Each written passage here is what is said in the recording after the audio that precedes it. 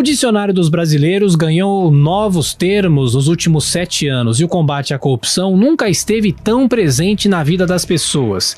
Delação premiada, condução coercitiva, força-tarefa, mandados de busca, offshores, são palavras hoje conhecidas. O que se buscava era justamente inflar os preços para que pudesse, daí a partir de um grande contrato, de um grande valor, extrair essas propinas para o pagamento dos agentes públicos e políticos corrompidos. Contas do exterior que foram utilizadas para pagamentos de diretores e gerentes da Petrobras. O dia 17 de março de 2014 foi marcado pela primeira de 80 fases da operação e, entre os detidos, o doleiro Alberto Youssef. A Polícia Federal deu o nome de Lava Jato por causa de um posto de combustíveis de Brasília. O estabelecimento era usado como fachada para movimentar valores de origem ilícita. Os depoimentos paravam o Brasil. Desde o governo Sarney para cá, sempre foram indicações políticas. Não se chegava à diretoria da Petrobras se não tivesse apoio político. Por meio de Alberto Youssef, os investigadores chegaram a Paulo Roberto Costa, levado à diretoria da Petrobras pelo deputado José Janene, morto em 2010. Na época, a estimativa era de que os esquemas de lavagem de dinheiro e evasão de divisas movimentaram 10 bilhões de reais. Um castelo de cartas começou a desmoronar. As prisões foram se ampliando, como a de Nestor Cerveró. As delações premiadas eram devastadoras. A operação atingiu grandes empreiteiras brasileiras como a Odebrecht, Andrade Gutierrez e a OAS.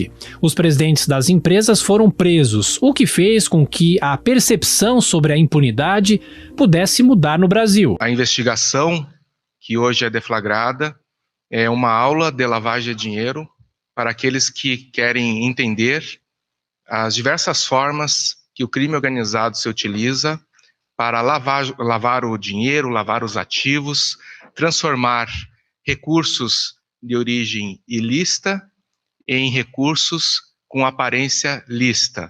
Políticos como Sérgio Cabral, Eduardo Cunha, José Dirceu, Delcídio do Amaral e Antônio Palocci eram arrastados pelo furacão.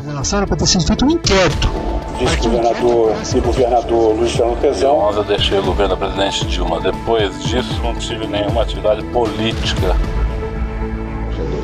O petista André Vargas, então vice-presidente da Câmara, foi envolvido no esquema. Renunciou ao cargo de comando na casa e se desfiliou do partido. Conheço Alberto Youssef há 20 anos em Londrina. Ele é hoje proprietário do maior hotel da minha cidade. Conheço o processo pelo qual passou, em que se transformou em testemunha do Ministério Público Federal em processo de lavagem de dinheiro.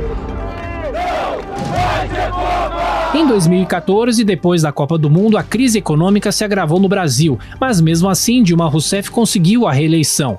A presidente da República não perdia a chance de atacar os métodos de investigação da Lava Jato. As denúncias feitas pelo senador Delcídio do Amaral, elas são absolutamente levianas e, sobretudo, mentirosas. Dilma Rousseff estava irritada com Delcídio do Amaral, que a acusava de interferir na Operação Lava Jato. Em 2016, o senador e ex-líder do governo teve o mandato cassado. Para o cientista político Rubens Figueiredo, a Lava Jato representou uma mudança de paradigma.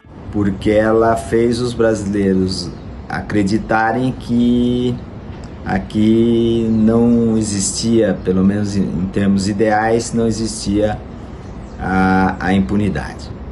E escancarou, a Lava Jato escancarou para a sociedade um esquema de sistêmico de corrupção. A população brasileira começou a se familiarizar com os procuradores da 13ª Vara Federal de Curitiba. Chamado de coordenador da Força-Tarefa da Lava Jato na capital paranaense, Deltan Dallagnol bradava contra a corrupção. Ora, se a gente não atacar a raiz do problema, se a gente não tirar o parasita da corrupção que nos priva do nosso desenvolvimento, que é uma âncora do desenvolvimento econômico e social do país, nós nunca vamos avançar com o país. As operações e as prisões eram autorizadas por aquele que passou a ser considerado um paladino da moralidade, Sérgio Fernando Moro. Foi um claro precedente no sentido de que aquela tradição de impunidade para esses crimes de corrupção talvez estivesse chegando ao seu final. O juiz de Curitiba era um estudioso da Operação Mãos Limpas da Itália, que nos anos 90 também desbaratou a corrupção no país. Mas era uma organização criminosa extremamente poderosa, não só dedicada aí a atividades criminais tipicamente mafiosas como a extorsão de comerciantes, mas também dedicada a tráfico de drogas e também infiltrada cada vez mais progressivamente na máquina estatal, especialmente na obtenção de contratos públicos junto aos poderes públicos.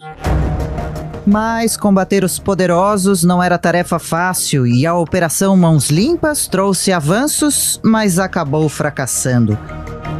E qual seria o futuro da Lava Jato?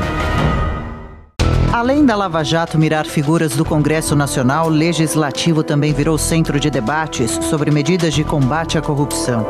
As ações propostas pela Força Tarefa em Curitiba, com o apoio de Sérgio Moro, foram discutidas com a sociedade. Nas redes sociais, o procurador Deltan Dallagnol pressionava os parlamentares. Anões do orçamento, propinoduto, sanguessuga, mensalão, Lava Jato. A corrupção sangra o nosso país. Apesar dos resultados já obtidos, é muito difícil punir os corruptos no Brasil. Precisamos mudar a legislação para garantir que esses criminosos sejam presos, permaneçam por mais tempo na cadeia e devolvam o dinheiro que desviaram da saúde, segurança e educação. As medidas previam tornar crime o enriquecimento ilícito, aumentar as penas para a corrupção e Caixa 2 e ampliar